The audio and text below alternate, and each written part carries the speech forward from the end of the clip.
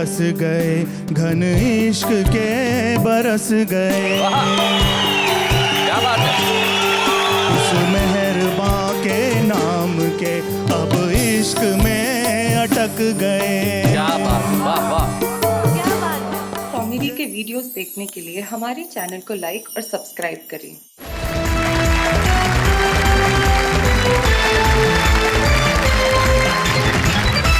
सबसे पहले मिल लेते हैं हमारे इन साथियों से जो उधर हैं और इधर है। उधर अखिल भारतीय महेंद्र पार्टी और इधर है अखिल भारतीय सुरेंद्र पार्टी। जरा आप देखिए, उधर 2 सूट के बीच में कुर्ता, इधर भी 2 सूट के बीच में कुर्ता, और एक दूसरे को ऐसे देख रहे हैं जैसे निकाल देंगे भुरता। लेकिन अभी हम समझ लेते हैं सबसे पहले सूट में जो बैठे हुए हैं, जिनका सूट का वजन शरीर के वजन से ज्यादा है, इनका नाम मास्टर महेंद्र है और हरियाणा से हमारे बीच में आते हैं और खास एक रस्टिक अंदाज में कविताएं पढ़ते हैं। उनके पास जो बैठे हैं महेंद्र अजनबी। महेंद्र अजनबी इस देश के श्रेष्ठ हास्य व्यंग के कवियों में से एक कवि हैं और उनके पास जो बैठे हैं महेंद्र शर्मा, वो किस रस के कवि हैं ये खोज का विषय है। तो ये है अखिल भारतीय महेंद्र पार्टी, इधर है अखिल भारतीय सुरेंद्र पार्टी। और सबसे बड़ी बात यह है कि सुरेंद्र पार्टी में कि सुरेंद्र तो सब है, लेकिन 2 सुरेंद्र दुबे हैं। एक ये जयपुर के सुरेंद्र दुबे हैं, एक छत्तीसगढ़ रायपुर के सुरेंद्र दुबे हैं। लेकिन ये जो बीच में सुरेंद्र दुबे बैठे हैं छत्तीसगढ़ वाले, ये पद्मश्री सुरेंद्र दुबे हैं। और जो मंच के अंत में जो बैठे हैं वो सुरेंद्र यादवेंद्र हैं, वो हमारे बीच में कोटा राजस्थान से आते हैं। ये है कुल मिला के अखिल भारतीय सुरेंद्र पार्टी। तो क्या कहती हैं आप, किस पार्टी के सिपाही को और सैनिक को सबसे पहले बुलाया जाए? देखिए, इंद्र तो सब दोनों नामों में सेम है, कॉमन फैक्टर। तो आप जिसको चाहे बुला सकते हैं। क्या बढ़िया है, गजब का बात। मुझे एक बात बताइए, चाकू और नेहा के बेहता की बातों में क्या फर्क होता है? पूछिए क्या? क्या? चाकू में कम से कम पॉइंट तो होता है। खैर, अभी हम आगे बढ़ते हैं और सबसे पहले शुरुआत करते हैं अखिल भारतीय महेंद्र पार्टी के महेंद्र।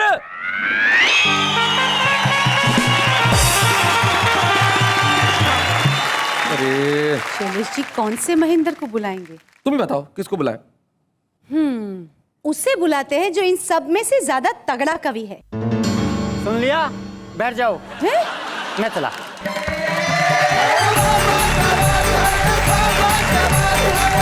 मैं विरोधी पार्टी वालों को बताना चाहता हूँ कि ये हड्डियों का ढांचा भी स्टील का काम करेगा। ये हड्डियों का ढांचा भी स्टील का काम करेगा और विरोधी पार्टी के ताबूत में कील का काम करेगा। पहले तो चींटियां खींच ले जाती थी मुझको 4 पाई से, आजकल कोई भी खींच नहीं सकती है मुझको 4 पाई से। अच्छा, क्योंकि सारी डरती है मेरी मोटी लुगाई से। एक दिन मैंने पत्नी को कहा, अच्छा, वजन के हिसाब से किराया लगे मैं दुनिया का सबसे खुशनसीब आदमी होऊंगा। कहने लगी कि जिस दिन वजन के हिसाब से किराया लगने लग जाएगा उस दिन तेरे को बस में कौन बिठाएगा। बहुत अच्छे।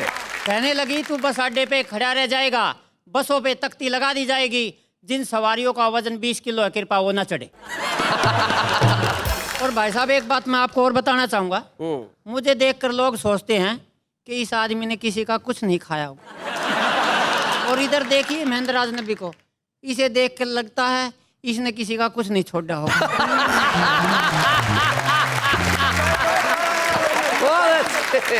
और भाई साहब, सच्ची घटना से आपको जोड़ता हूँ। कल एयरपोर्ट पे गया, मैंने कहा भाई साहब बम्बई का क्या भाड़ा लोगे? अच्छा। बोले जी 5000 रुपये लगेंगे, 20 किलो सामान फ्री है। मैंने कहा भाई मेरे को तो सामान में बिठा ले चलो।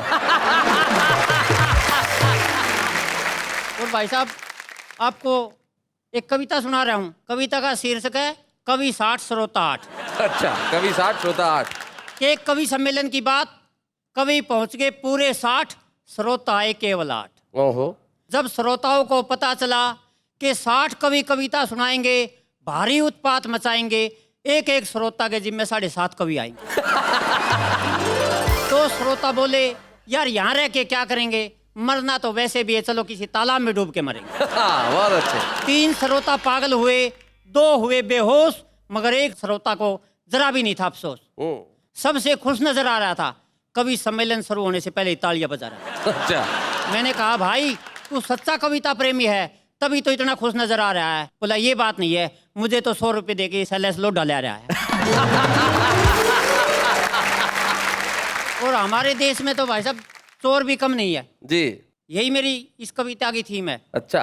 कि चोर की दाढ़ी में तिनका, ये मुहावरा है जिनका, वो वक्त के साथ चल सकते हैं, चाहे तो अपना मुहावरा बदल सकते हैं। अच्छा। क्योंकि आजकल के चोर तो ऐसो आराम में पलते हैं, जमाने के सामने गाड़ियों में चलते हैं। बहुत अच्छे। तिनका घुस जाए ऐसी गाड़ी ही नहीं रखते, और यदि तिनका घुस भी गया तो आजकल के चोर दाढ़ी ही नहीं रखते। क्या बात है, वाह वाह वाह वाह। भाई सुरेंद्र दुबे जी, आप अकेले हैं जिनकी दाढ़ी है इन छह के बीच में, आप कुछ कहना चाहते हैं? मैं वो नहीं हूँ, ये जिक्र कर रहे हैं जिनका, पर आप बीच में बोल गए। इसे कहते हैं चोर की दाढ़ी में तिनका। बहुत अच्छे। एक छोटी सी कविता। कविता का शीर्षक है वजन तोल मशीन। अच्छा, वजन तोल मशीन। कि बस अड्डे पे लगी वजन तोल मशीन पर जैसे ही मैं चढ़ा, रुपया डाला, बटन दबाया, एकदम चौक पड़ा। अच्छा। यह देखकर मेरा सिर चकराया, पर्ची पे मेरा वजन 186 किलो आया। ओहो। जब मशीन ऑपरेटर को यह बात बताई तो एक नई बात सामने आई। उसने बताया, भाई साहब जब इस मशीन पे कोई 20 किलो की वस्तु चढ़ जाती है तो ये फिर उसका नहीं, ये अपना वजन बताती है। अरे बहुत अच्छे। मैंने कहा भैया वो दूसरी मशीन खड़ी है, वो तो कुछ बड़ी है। बोला ये तो वर्षों से खराब पड़ी है। एक दिन इस पर सुरेंद्र दुबे चढ़ गए थे, उसी दिन इनके पुर्जे उखड़ गए थे। सुरेंद्र दुबे मशीन की ऐसी हालत कर गए, आजकल तो इसे कबाड़ी लेने से भी मुकर गए। वो जब भी आते हैं मशीन के पास, ये झड़पड़ाती है और दूर से ही ओवरलोड की पर्ची पकड़ाती है। और भाई साहब 3 लाइनें देखिए, देश के हालात की बात करता हूँ। कि मुन्नी बदनाम हुई उसका हंसना नहीं जाता, मुन्नी बदनाम हुई उसका हंसना नहीं जाता, शीला जवान हुई उसका बचपना नहीं जाता, और पप्पू पास हो गया उसे कखा नहीं आता। एक कविता है वो आपको सुना रहा हूँ, बेलन। ओहो। कि हवाएं क्या बिगाड़ लेंगी मेरा सब कुछ बिगड़ गया। आहा, भाई वाह, क्या कॉन्फिडेंस है। हवाएं क्या बिगाड़ लेगी मेरा, सब कुछ बिगड़ गया। हवाएं क्या बिगाड़ लेंगी मेरा सब कुछ बिगड़ गया, बेलन की मार सहते सहते कचुम्बर लिगड़ गया। क्या करुणा है। आहा। और यही थीम है भाई साहब, देखिए हर शहर में, हर वादी में बेलन के उग्रवादी ने मचाई घोर तबाही है, ये नई पकड़ में आई है। घातक हथियार है लेकिन हथियारों में नाम नहीं आता, जब भाई पिटे रसोई में भाई भी काम नहीं आता। जब भाई पिटे रसोई में भाई भी काम नहीं आता। बेलन से पिट के आते हैं, रोते हुए क्लिनिक जाते हैं, वहां भी जुबान न खुलती है, खुद को रपट के गिरा बताते हैं। अब बेलन नहीं आना चाहिए पत्नी के अधिकारों में, अब बेलन नहीं बिकना चाहिए बस्ती के खुले बाजारों में, बेलन पर बैन लगेगा कब, पतियों को चैन मिलेगा कब। क्या बात है, वाह वाह वाह। जब बेलन पर बैन लगेगा, पतियों का होगा दिल आबाद, तभी सारे मिलके चिल्लाएंगे हम बेलन से है आजाद, हम बेलन से है आजाद। बहुत बढ़िया, बहुत अच्छा।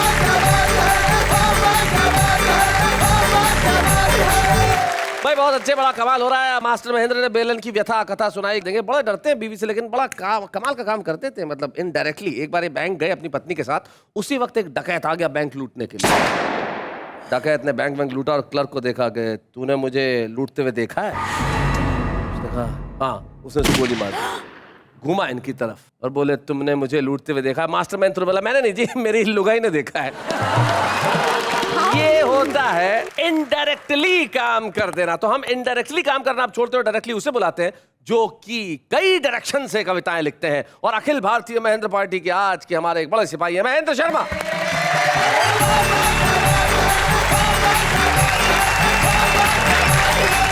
नमस्कार। नमस्कार। चेतावनी। अच्छा, हमारे पार्टी के नेता को इस तरह घूर घूर देख रहे हो, निपटा देता हूँ। हाँ निपटा दो। सुरेंद्र पार्टी का एक नेता मंच पर चढ़कर बोला, खोल आदर्शों का झोला, मेरे देश में अत्याचार, अनाचार, व्याभिचार, भ्रष्टाचार, नशीले पदार्थों का अंधकार गुप्त है, प्रशासन बहरा है, लंगड़ा है, चुप है, मेरा देश किधर जा रहा है? मेरा देश किधर जा रहा है? सामने से भीड़ से एक व्यक्ति बोला, देश तो यही है पर तू कहीं जरूर जा रहा है। देश तो यही है पर तू कहीं जरूर जा रहा है, लगता है कुछ लेके आ रहा है। नेता बोला, लोग मेरे भाषण पर हंस रहे हैं। तभी दूसरा बोला, भाषण पर नहीं, आपके कुर्ते पर हंस रहे हैं। वो बोला कुर्ते में ऐसा क्या कर रखा है? बोला शीशे में जाके देख, उल्टा पहन रखा है। बहुत अच्छे। एक टुकड़ा और देना चाहता हूँ जी सुनिए। इस वाक्य को समझो, तुम इनके टुकड़ों पे पल रहे हो। सुनाना चाहता हूँ, सुनिए जी। एक व्यक्ति मंच पर बैठा लोगों को बुला रहा था, अपना जूता अपने सर पर ही घुमा रहा था। अच्छा। पास खड़े एक व्यक्ति से हम बोले इसका ये सांस्कृतिक कार्यक्रम कब से चल रहा है? हाँ। वो बोला तुझे क्या खल रहा है? ये ना ही किसी फिल्म का सीन है और ना ही फिल्म का अभिनेता है। असल में चुनाव में हारा हुआ ये एक बहुत बड़ा नेता है। अच्छा। असल में चुनाव में हारा हुआ ये एक बहुत बड़ा नेता है और ये जूता और कुछ नहीं, इनका चुनाव चिन्ह है। अगले चुनाव में भी ये लाभ उठा जाएगा। जीत गया तो जनता पर और हार गया तो खुद पर जूता बजाएगा। खुद पर जूता बजाएगा, खुद पर जूता बजाएगा। वैसे महेंद्र भाई, देश के लोग जो जनता है बेचारी तड़प रही है और जूता हाथ में लेना चाहती है। ऐसा ही हुआ एक बार, लंबी लाइन लगी हुई थी राशन की दुकान पे, मिलता ही नहीं आसानी से। इतनी लंबी लाइन लगी हुई थी कि आदमी बोले यार मैं इस विभाग के मंत्री को घर जाके जूते मार के आता हूँ। वो निकला और 1.5 मिनट में वापस आ गया। तो लोगों ने पूछा इतनी जल्दी जूते भी मारा है? बोले नहीं नहीं, वहां जूते मारने के लिए इससे भी लंबी लाइन। ये हालात है इस देश के साहब, लेकिन आप क्या कहना चाहते हैं? एक डॉक्टर का क्लिनिक पर बोर्ड पर लिखा था रात का डॉक्टर। अच्छा। हमने हमने पूछा लोग आपको रात का डॉक्टर कहकर क्यों पुकारते हैं? वो बोला दिन में मक्खियां और रात को मरीज मारते हैं। बहुत अच्छा। देखिए ये दोनों पार्टी के नेता हैं, दरअसल में ये मुसीबत है जी। 3 मुसीबत इधर, 3 मुसीबत इधर और 3 मुसीबत इनके घर पे, 3 मुसीबत इनके घर पे। यानी 3 मुसीबत इधर, 3 मुसीबत, 6 मुसीबत के लिए आप कह रहे हैं। और उस मुसीबतों की बात कर रहा हूं जो अदृश्य है लेकिन मैंने देखी। सुनाइए।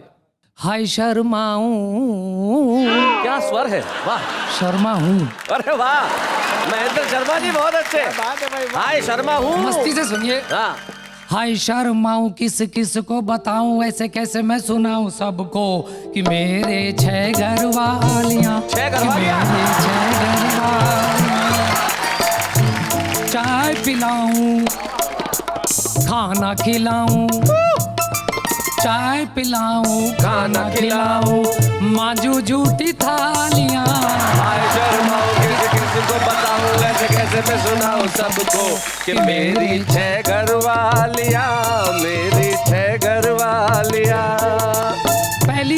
पहली इधर से पहली घरवाली बड़ी है वो गुस्से वाली, कि छाती पर चढ़ जाती है रूप धारण कर विकराली।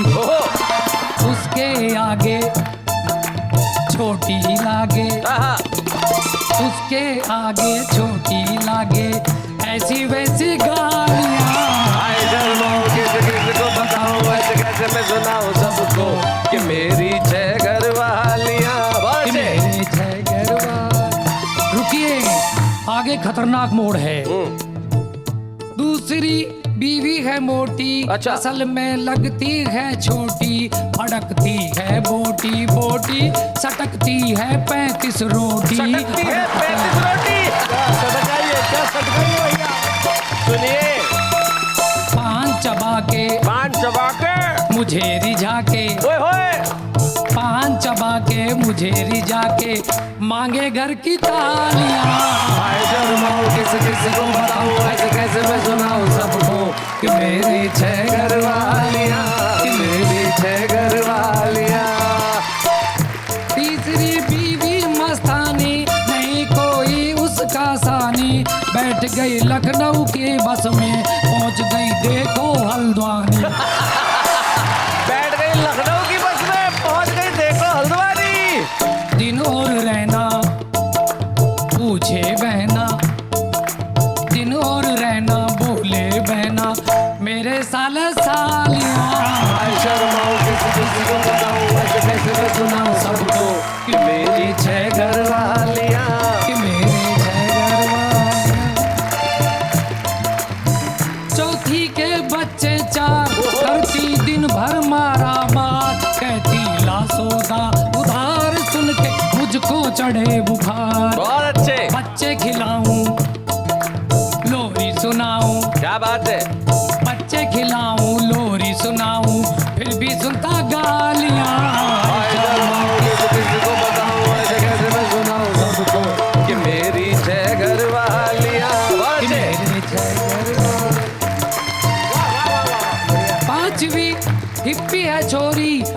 भी हिप्पी है छोरी कि इंग्लिश में बोले गोरी, मांगती नोटों की बोरी, मैं कहता हूँ आई एम सॉरी।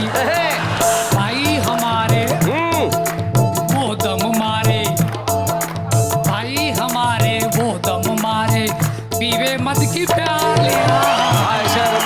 किसी को बताऊं ऐसे कैसे मैं सुनाऊं सबको कि मेरी छह घरवालियां। अब सुनिए छठी का दूध याद आ जाएगा। छठी का मत ना पूछो हाल, उसकी ऊँटनी सी चाल, खाती नित्य निरंतर माल, हो गई गेंडे जैसी खाल। बड़ी चटोरी है वो गोरी, बड़ी चटोरी है वो गोरी, मेरा क्या दिवालिया। भाई शर्माऊं किसी को बताऊं ऐसे कैसे मैं सुनाऊं सबको कि मेरी छह घरवालियां, मेरी छह घरवालियां। ये 6 फेरे थे। उस समय निद्रा में क्या हो गया, 7वां फेरा बताना चाहता हूँ। बताइए।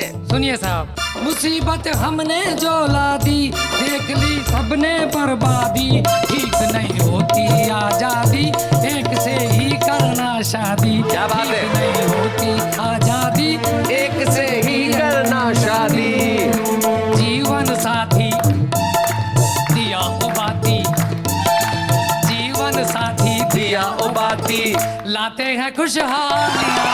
भाई शर्माऊं किसी को बताऊं ऐसे कैसे मैं सुनाऊं सबको कि मेरी छह घरवालियां। भाई बहुत अच्छे। जो कुछ भी है साहब, 6 घरवालियां। अगर घरवालियां ज्यादा हो तो बच्चे भी ज्यादा होते। आदमी के थे 12-13, किसी के घर खाने पे गया तो सबको ले गया। तो सामने वाले ने देखा, बोले रे इतने आपको लज्जा नहीं आई? बोले नहीं, उसके एग्जाम है। लेकिन हमारे बीच में एक ऐसा लज्जाशाली व्यक्तित्व बैठा है जिसे अपने बदन को विशाल करते हुए कतई लज्जा नहीं आती। जितना आकार वो खुद के शरीर को दे रहा है, उतना ही आकार लोगों को दे रहा है, क्योंकि वो इतना हंसाता है कि लोगों में खून बढ़ जाता है। आइए महेंद्र राज रवि।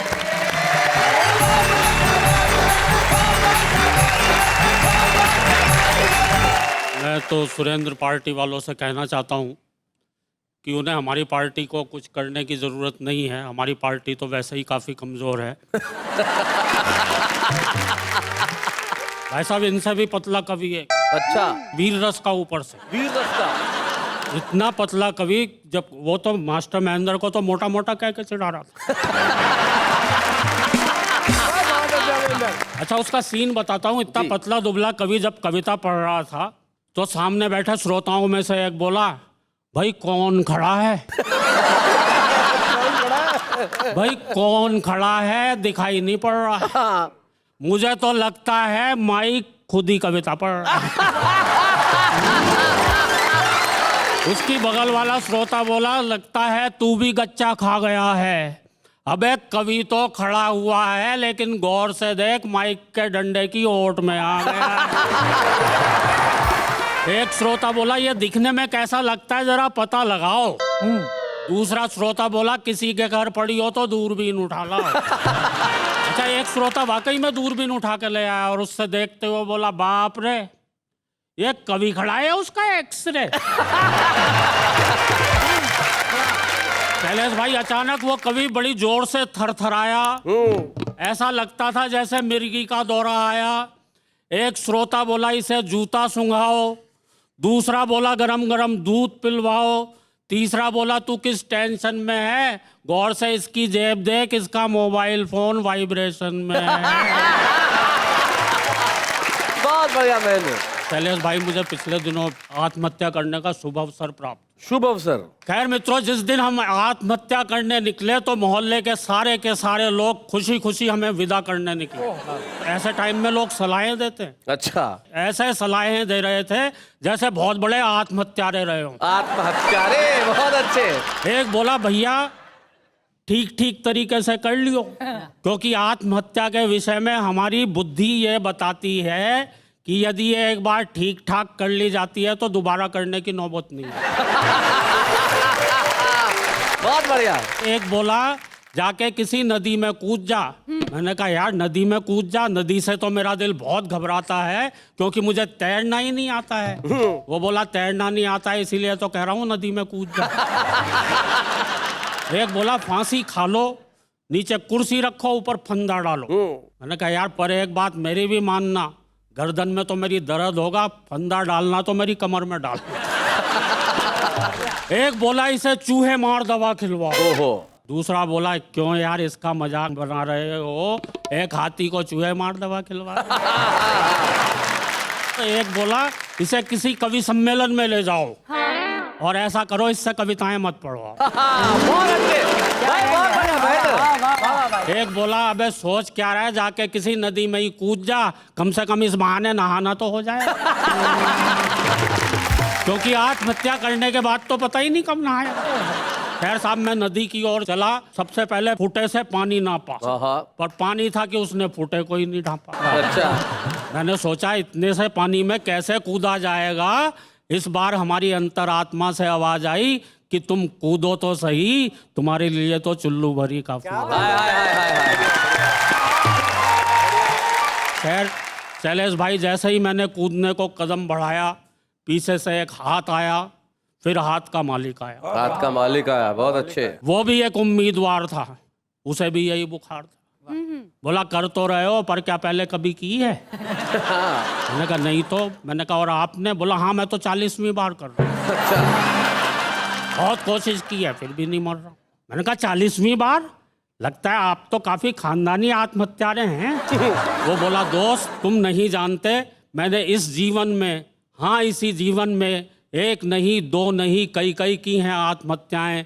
किसे किसे बताएं, आत्महत्या तो तब की थी यार जब इस जीवन में, हाँ इसी जीवन में झूठ बोला था पहली बार। वाह वाह वाह वाह, बहुत अच्छे। जब चोरी की थी पहली बार, जब रिश्वत ली थी पहली बार तो दोस्त मैं खुद से ही डर गया था, सचमुच उसी दिन मर गया। क्या बात, वाह वाह।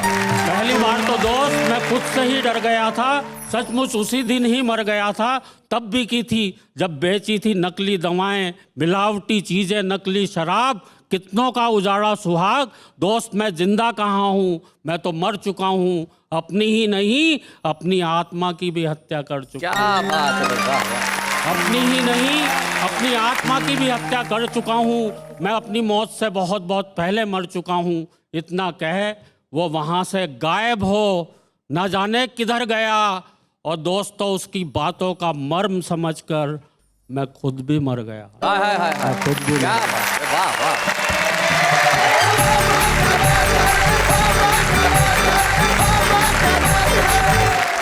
आज जब हमारे इस एपिसोड के अंदर हम दो राजनीतिक पार्टियों की नुमाइंदगी करवा रहे हैं, उधर अखिल भारतीय महेंद्र पार्टी, इधर अखिल भारतीय सुरेंद्र पार्टी, उस वक्त हम एक ऐसे विशेष मेहमान को बुलाना चाहते हैं जिनकी कलम पुकार के कहती है कि आखिर इस देश के राजनेताओं ने इस देश का क्या हाल कर दिया है। आइए हम सुनते हैं हमारे आज के एक विशेष मेहमान, हमारे कवि मित्र विनीत चौहान।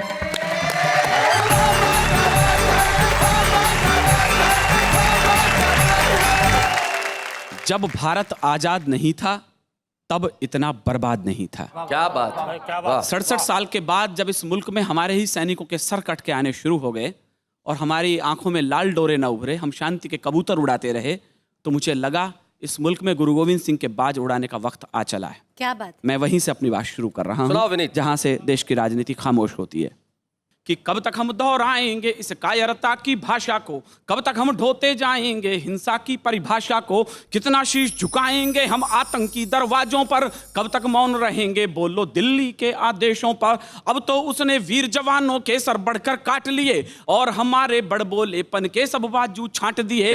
तो फिर हमको भी उसकी ही सीमा तक बढ़ जाने दो, तो फिर हमको भी उसकी ही सीमा तक बढ़ जाने दो। अब तो आतंकी अड्डों तक सेना को चढ़ जाने दो, तो आतंकी अड्डों तक सेना को चढ़ जाने दो। कहाँ की सेनाएं कैसे चढ़ती? जब राजनीतिक गलियारों से बेहुदे बयान शुरू आने हुए कि वो तो सेना में भर्ती ही मरने के लिए होते हैं, तो मुझे लगा इस मुल्क के नेताओं पर कुछ कहना चाहिए कि तुमको फर्क नहीं पड़ता है उनके मरने जीने में, जो संगीने झेल रहे थे अपने नंगे सीने पे। तुम तो छिपकर बैठ गए थे संसद के तहखाने में, तुम तो छिपकर बैठ गए थे संसद के तहखाने में।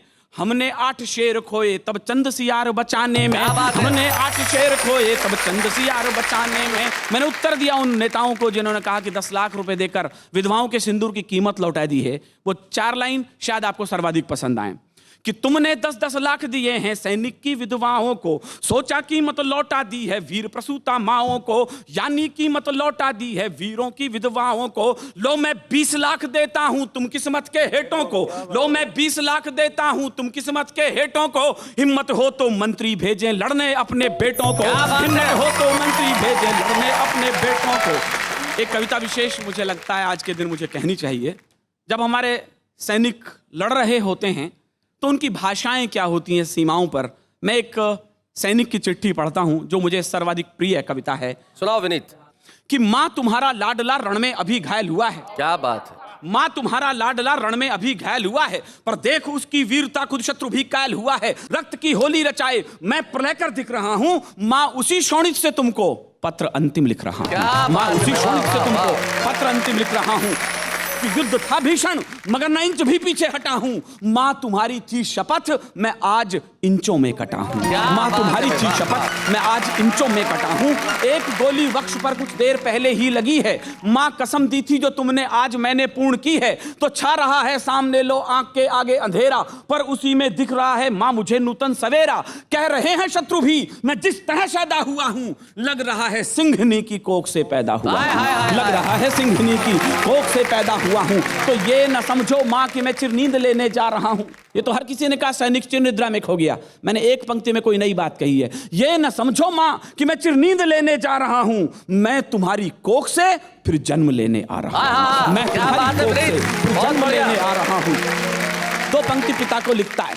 मेरा मानना है कि वो क्षण सबसे ज्यादा नाजुक होता होगा जब पिता अपने बेटे की अर्थी उठाता होगा कि मैं तुम्हें बचपन में पहले ही बहुत दुख दे चुका हूं और कंधों पर खड़ा हो आसमां सर ले चुका हूं। तुम सदा कहते न थे ये ऋण तुझे भरना पड़ेगा, एक दिन कंधों पे मुझको ले तुझे चलना पड़ेगा। पर पिता वह भार अपना तनिक हल्का कर न पाया, तुम मुझे करना क्षमा मैं पितृ ऋण को भर न पाया, तुम मुझे करना क्षमा मैं पितृ ऋण को भर न पाया।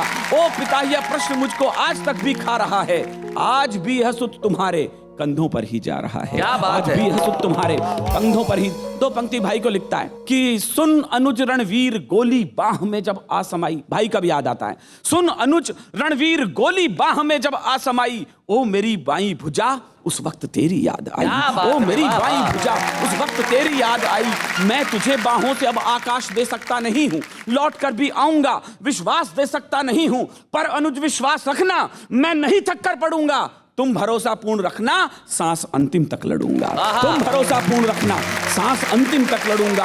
अब तुम्हीं को सौंपता हूं बस बहन का ध्यान रखना, जब पड़े उसको जरूरत वक्त पर सम्मान करना। तुम उसे कहना कि रक्षा पर्व जब भी आएगा, भाई अंबर में नजर आशीष देता आएगा। तुम उसे कहना कि रक्षा पर्व जब भी आएगा, भाई अंबर में नजर आशीष। अंतिम पंक्ति पत्नी से कहता है। मेरी मान्यता है कि हमारे यहाँ पर 7 फेरे लेने के बाद पत्नी 7 जन्मों की यात्री हो जाती है। बस उसी की पीड़ा को मैंने व्यक्त किया अंतिम पंक्तियों में। अंत में तुमसे प्रिय मैं आज भी कुछ मांगता हूं, अंत में तुमसे प्रिय मैं आज भी कुछ मांगता हूं। है कठिन देना मगर निष्ठुर हृदय हो मांगता हूं कि तुम अमर सौभाग्य की बिंदिया सदा माथे सजाना, तुम अमर सौभाग्य की बिंदिया सदा माथे सजाना। हाथ में चूड़ी पहनकर पांव में मेहंदी रचाना। तुम नहीं वैधव्य की प्रतिमूर्तियां की साधिका हो, तुम नहीं वैधव्य की प्रतिमूर्तियां की साधिका हो, तुम अमर बलिदान की पुस्तक की पहली भूमिका हो, तुम अमर बलिदान की पुस्तक की पहली भूमिका हो। जानता हूं बालकों के प्रश्न कुछ सुलझे ना होंगे, सैकड़ों ही प्रश्न होंगे जिनमें वे उलझे तो होंगे। पूछते होंगे कि पापा हैं कहां कब आएंगे, और हमको साथ लेकर घूमने कब जाएंगे। पापा हमको छोड़कर जाने कहां बैठे हुए हैं, क्या उन्हें मालूम है कि उनसे हम रूठे हुए हैं, क्या उन्हें मालूम है कि उनसे हम रूठे हुए हैं। तो तुम उन्हें समझाना क्यों जिद पे अड़ जाते नहीं हैं, और ज्यादा जिद करते हैं उनके पापा घर आते नहीं हैं, ज्यादा जिद करते हैं उनके पापा घर आते नहीं हैं। अंतिम 2 पंक्ति पढ़ता हूं, मैं भी आपसे विदा लेता हूं, सैनिक भी आपसे विदा लेता है। शायद सबसे अच्छी पंक्ति है। सप्तपद की यात्रा से तुम मेरी अर्धांगिनी हो, सप्तपद की यात्रा से तुम मेरी अर्धांगिनी हो, 7 जन्मों तक बजोगी तुम अमर वैरागिनी हो, 7 जन्मों तक बजोगी तुम अमर वैरागिनी हो, इसलिए अधिकार तुमसे बिन बताए ले रहा हूं, मांग का सिंदूर तेरा मातृभू को दे रहा हूं। वाह वाह वाह वाह। विनीत चौहान, आप यहाँ आए इसके लिए बहुत बहुत शुक्रिया, और आपने एक श्रेष्ठ कविता हमको दी, क्या बात। वाह, थैंक यू।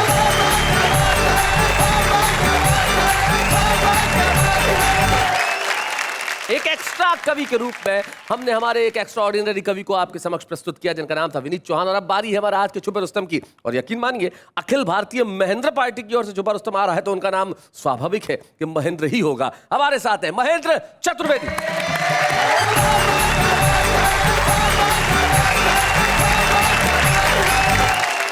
मैं महेंद्र चतुर्वेदी आप सभी को नमस्कार करता हूं साहब जी। मुक्तक देखिएगा कि भेड़िए लंच में सादा पुलाव लाए हैं, बहुत अच्छे। मेमने शेर के हाथों गुलाब पाए हैं, लोमड़ी हाथ जोड़े सबको राम राम करे, लग रहा देश में फिर से चुनाव आए। क्या बात। मित्रों, मैं दरअसल लैंडलाइन के जमाने का हूं जी, और उस लैंडलाइन के युग की व्यथा कथा मैं आपको सुना रहा हूं इस गीत के माध्यम से जी। सुनिएगा सर। लैंडलाइन के युग का सताया हूं मैं, अच्छा। इसको मैं मुश्किलों से किया सामना, फोन नंबर उधर भेजने के लिए कागजों में भी पत्थर पड़ा बांधना, कौन रोजाना सबको मिलाता रहा, जिसके घर होने की जब थी संभावना, और मम्मी पापा जी उनके विलेन बन गए, पूरी होने नहीं दी मेरी कामना। बाद मुद्दत के एक रोज घंटी बजी, दिल ने समझाया होगी कोई रांझना, और मेरे कानों में मिश्री सी घुलने लगी, बोली पहचानो मुझको मेरे साजना। क्या बात है। दिल उछल कर खुशी से हलक में फंसा, दोनों हाथों से उसको पड़ा थामना, और नाम नंबर लिखा था कहाँ फोन पर, इतना मुश्किल था अब उसको पहचानना। लेकिन साहब एक कवि क्या जवाब देता है देखिएगा इन लाइनों में, कि कामिनी हो तुम्ही, दामिनी हो तुम्ही, कल्पना हो तुम्ही, तुम हो आराधना, और तुम हो कविता मेरी, तुम हो सविता मेरी, तुम मेरी वंदना हो मेरी साधना। क्या बात है। लेकिन साहब बस यही मेरी व्यथा कथा थी, 4 लाइनों में सुन लीजिएगा कि तम तमा करके बोली वो सुन बावले, आ गई सब समझ में तेरी भावना, और नाम सखियों के गिनवा दिए हैं सभी, बस मेरा नाम तुझको रहा याद ना। क्या बात है। जिंदगी के अंदर कविताएं लिखने के लिए जरूरी नहीं है कि आप कवि ही हो। हमारे साथ एक ऐसा ही उद्योगपति आज है जो वैसे तो व्यवसायी है लेकिन कविताएं लिखते हैं वो भी दिल से। आइए मिलते हैं आशीष गर्ग से।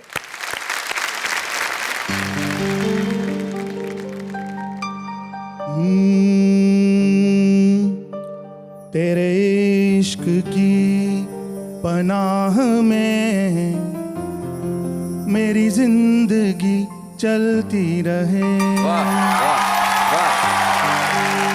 वो चाहतों के सिलसिले दीवानगी बढ़ती रहे।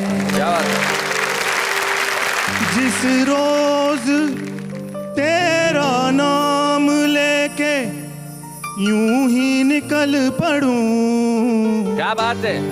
ओ रहमतों की बारिशें तेरी आशिकी बढ़ती रहे। क्या बात है,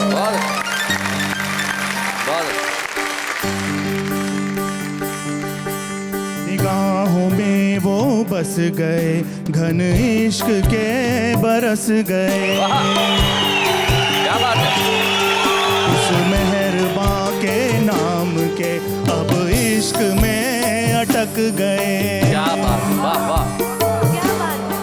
ये काम है जुनून का, उस इश्क में सुकून का। चलते चलो चलते चलो चलते चलो, एक इश्क में चलते चलो। क्या बात है, वाह वाह वाह वाह। एक इश्क में जीते चलो, एक इश्क पे मरते चलो।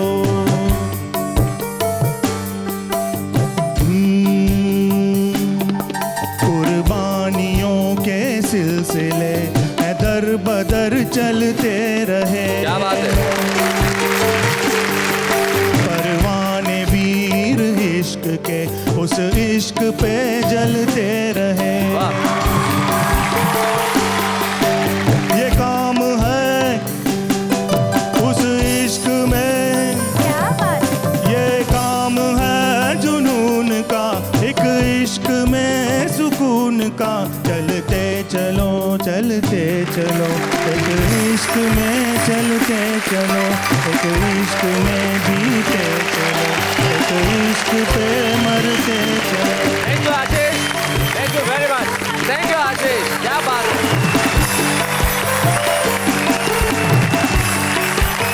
आशीष दत्त ने साबित कर दिया कि जिंदगी की किसी भी राह में आप चले, लेकिन आप चलते चलो तरह के गीत लिख सकते हैं। बहुत खूबसूरत ढंग से उन्होंने सुनाया, लेकिन हम भी चल रहे हैं। सैटरडे चला गया पर सुरेंद्र पार्टी अभी बाकी है। मिलते हैं कल रविवार को, जब सुरेंद्र पार्टी के लोग अपनी ओर से कुछ ना कुछ कहेंगे और आप कहेंगे वाह वाह क्या बात है।